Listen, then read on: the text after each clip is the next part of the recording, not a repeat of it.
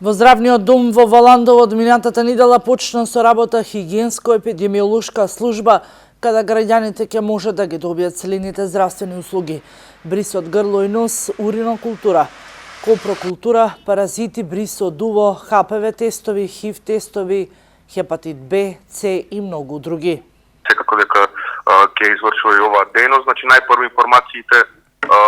ХЕС службата како истурено оделение на Центарот за јавно здравје Струмица ќе ги препраќа до Центар за јавно здравје Струмица, па после ќе ги проследуваат до Институтот за јавно здравје. Да, граѓаните се целосно информирани за тоа како функционира и од кога започна да функционира ХЕС службата, така да се презадоволни од ова.